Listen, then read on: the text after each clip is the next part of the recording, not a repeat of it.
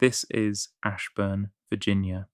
Population about 50,000 people. It does not look like the center of the digital world, but roughly 70% of the world's internet traffic passes through data centers located within a few kilometers of this stretch of road. Ashburn is not an accident. It was chosen deliberately, strategically, for reasons that most people outside the industry never think about. And the same decision process, the same set of five critical factors, determines where every major data center on Earth gets built. From Dublin to Singapore, from Stockholm to the desert of Arizona, the logic is the same. The answer just comes out differently depending on the geography.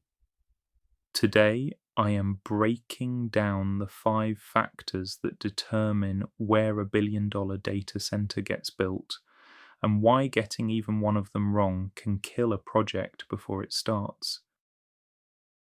This is the single most important factor.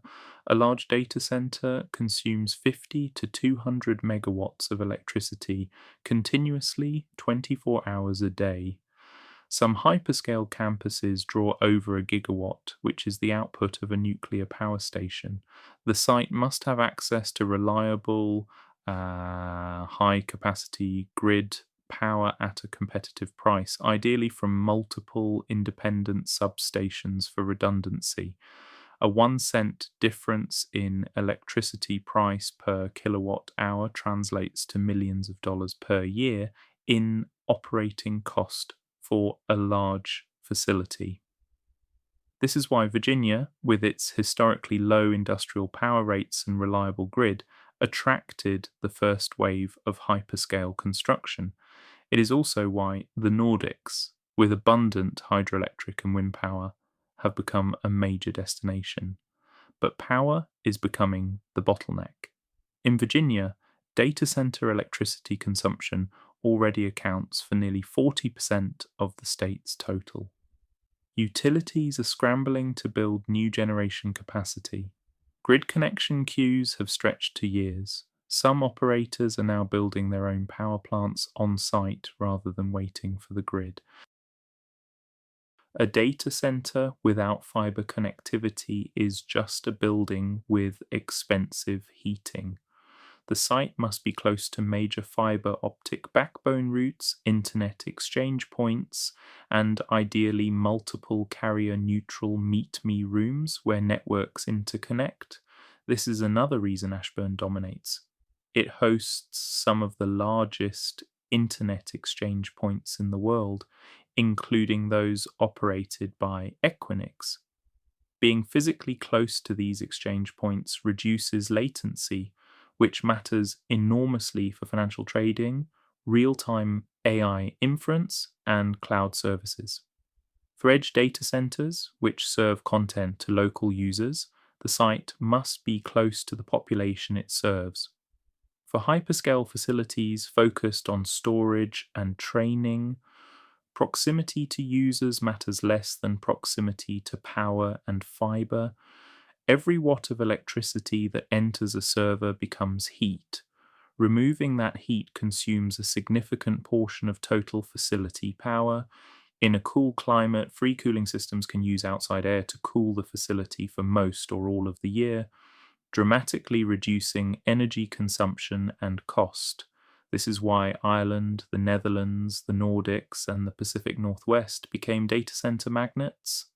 Dublin alone hosts dozens of hyperscale facilities, largely because the mild, cool maritime climate provides year-round free cooling potential. The counter-argument is desert locations like Arizona and parts of the Middle East. These are hot but dry, which enables evaporative cooling, a different but effective approach, and they often offer cheap land and favorable tax environments that offset the higher cooling costs. Cooling systems in large data centers can consume millions of liters of water per day. Evaporative cooling towers, which are among the most efficient heat rejection methods, are the biggest consumers. Google disclosed in 2023 that its global data center portfolio consumed 6.1 billion gallons of water. That number has only grown since. Water availability is increasingly a political and environmental issue. In drought-prone regions, data center water usage competes with agriculture and residential supply. Some jurisdictions have begun restricting or requiring disclosure of data center water consumption. This is pushing operators toward air-cooled and liquid-cooled designs that eliminate or dramatically reduce water consumption. But these alternatives come with higher capital costs or reduced efficiency in hot climates. The final factor is the human one: tax incentives, planning permissions, data sovereignty laws, environmental regulations, and the attitude of local government and communities toward data center development. Many US states offer significant tax incentives for data center construction, property tax abatements, sales tax exemptions on equipment, and reduced electricity rates. Virginia's incentive program was instrumental in building Data Center Alley. In Europe, GDPR and data sovereignty requirements mean that data belonging to European citizens must often be stored and processed within the EU. This has driven massive data center construction in Ireland, the Netherlands, Germany, and the Nordics. But the political environment can also work against operators. In Ireland, a moratorium on new data center connections to the Dublin grid was imposed due to strain on the power system. In the Netherlands, Amsterdam restricted new data center development over power and land use concerns. In parts of the US, community opposition to noise, water use, and visual impact has delayed or blocked projects. The most successful operators engage early with local governments and communities, offering economic benefits like jobs, tax revenue, and infrastructure investment in exchange for planning support. No location scores perfectly on all 5 factors. The decision is always a trade-off.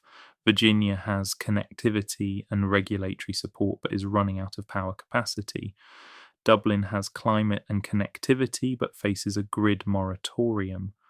The Nordics have climate, power, and water but are geographically distant from major population centres. Singapore has connectivity and regulatory stability, but is hot, humid, water constrained, and expensive. The operators who get this right, who secure land, power, fibre, and permits years before they need them, are the ones who build first and capture the market. The ones who do not are competing for scraps in an increasingly constrained landscape. 70% of the world's internet traffic passes through a suburban corridor in Virginia. That is not random. That is the result of decades of deliberate decisions about power, fiber, climate, water, and politics converging in one place. And right now, those same decisions are being made for the next generation of sites. The billion-dollar land grab for AI-era data centers is already underway. By the time you hear about a new data center campus, the site was chosen years ago.